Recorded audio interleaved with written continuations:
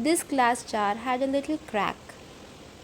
I couldn't use it to keep anything in fear of it breaking completely. And the public noise of who uses broken things? Just throw it. I knew throwing wasn't the solution. I could bring it to some other use.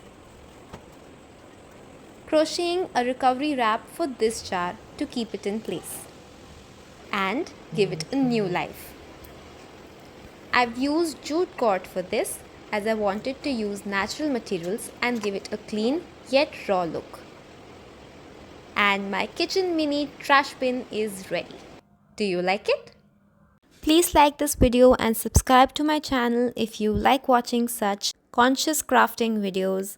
You can also follow me on Instagram and tag me when you do something similar.